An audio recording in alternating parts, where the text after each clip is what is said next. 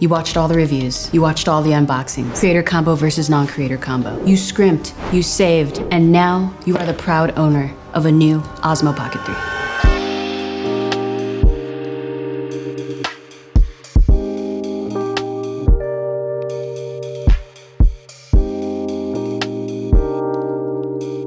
Maybe you even feel slightly late to the game because so many people have talked about this camera so much all the time. No, just me?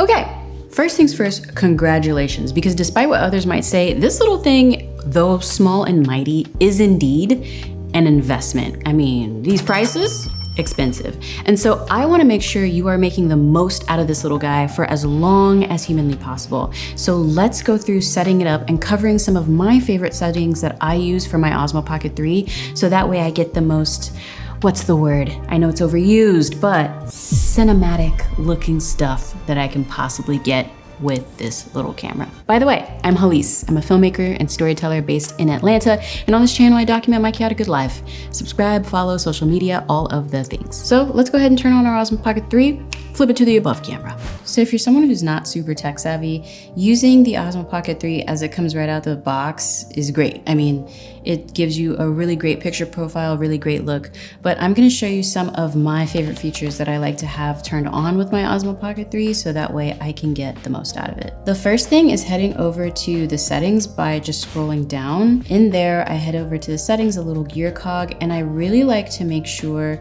that with any camera I'm using, I have the grid lines turned on. So see these grid lines. This is to help guide you with the rule of thirds, which is something that a lot of cinematographers, videographers use to help frame things in a horizontal space. When you're trying to be cinematic, you want to have things align with where these lines meet. So anywhere on this plane, this vertical plane, or on this vertical plane. Essentially, it's splitting up the screen into thirds. Also, another honorable mention in the settings that I like to have turned off is the sound.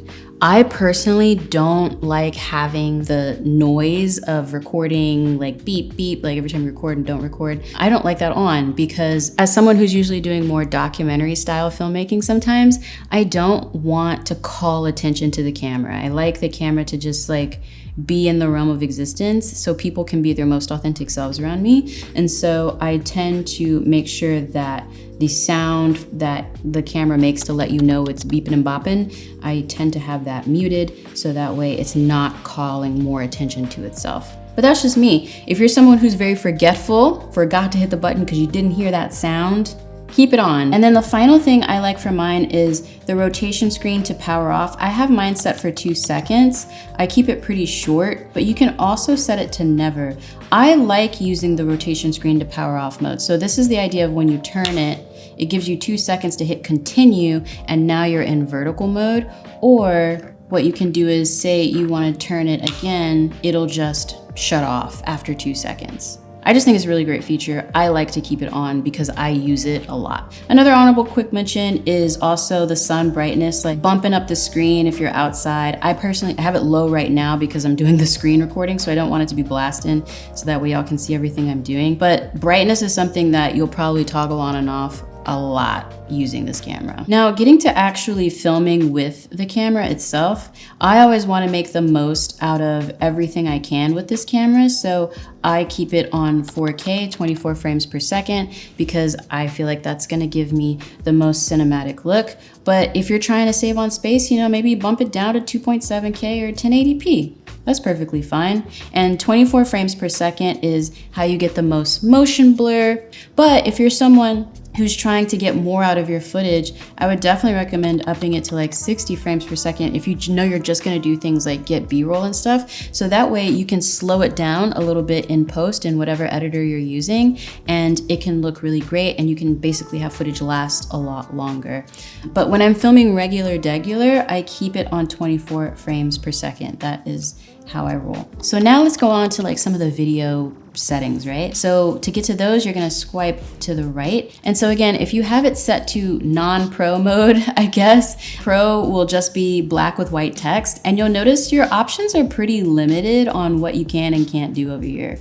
So the glamour effects, that's basically making you look like not yourself, I guess. Kind of like how in Zoom meetings, you can like give yourself a little bit of rouge if you want, things like that. And then the default adjustments as well for the image. If you switch it to custom, you'll realize that the default adjustments are just 0 and 0 for noise reduction and sharpness. We're gonna get more into that in a second, but these are like just a general setup for if you just turn it on and go about your life and film with it. And again, it's gonna be great. Like, you're gonna get good stuff just with this. But if you're ready to take things a step further, turn on that pro mode, okay? Hit that button and you'll notice once I hit that button, a lot of things change. So here are some of the things that I always keep going for my Osmo to get the most out of it. The first one being color. So usually, again, it'll just be on normal, which is still 10-bit. It's basically adding like a look to the footage that's,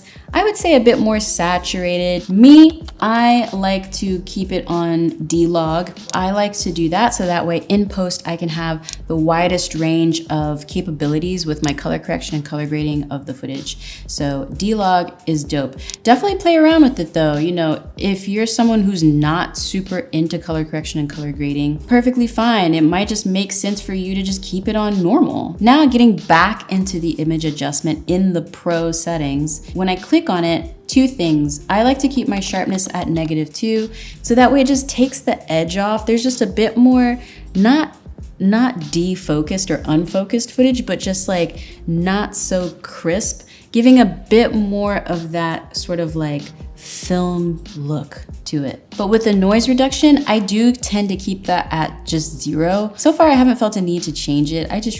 I'm like, 0 is fine for this. I like it. Since I'm filming at 24 frames per second, I always keep it at 1/50th.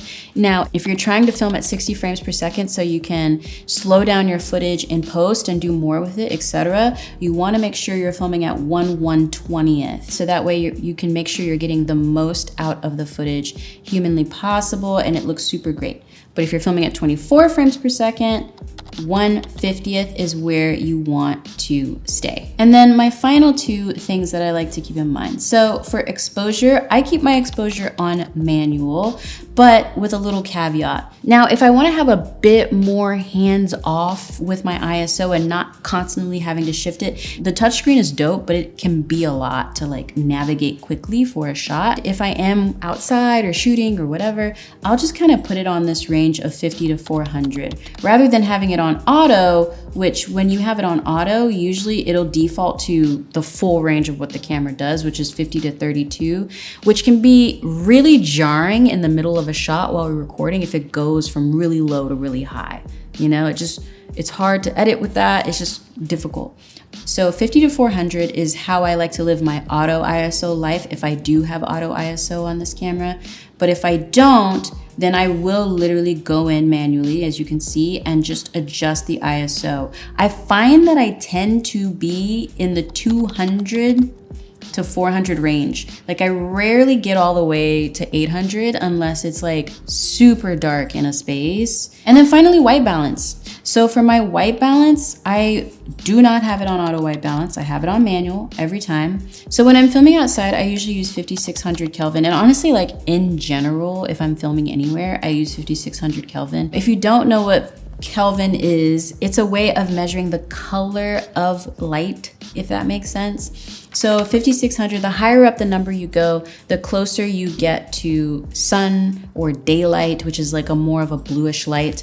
And then the lower you go, the more you're trying to counterbalance for getting things like a tungsten-y light, like an orangey or yellow light, which is why the lower I'm going, the more blue the frame is getting to kind of counterbalance that and balance it out. So something you can do though, if say you're getting into a space, you know you're gonna be walking into a space and you look at it in frame and you're just like, I can tell the color's not right with this. I don't know what it is, but I can tell the color's not right. My cheat code for that is simply this. Hit the auto white balance, wait for it to land and stop on what it thinks the color should be, switch it back to manual, and then confirm, and now film in the space. Use the auto white balance to just kind of like get everything to where I think it should be, or get everything to where it thinks it should be, and then switch back over to manual so it doesn't move while I'm actually filming in a space. You know, I'm giving you what my settings are that I use, but if you want to learn more in depth about what some of these things mean, then shout out to the sponsor of today's video, which is Skillshare. Skillshare is an online learning platform with over thousands of classes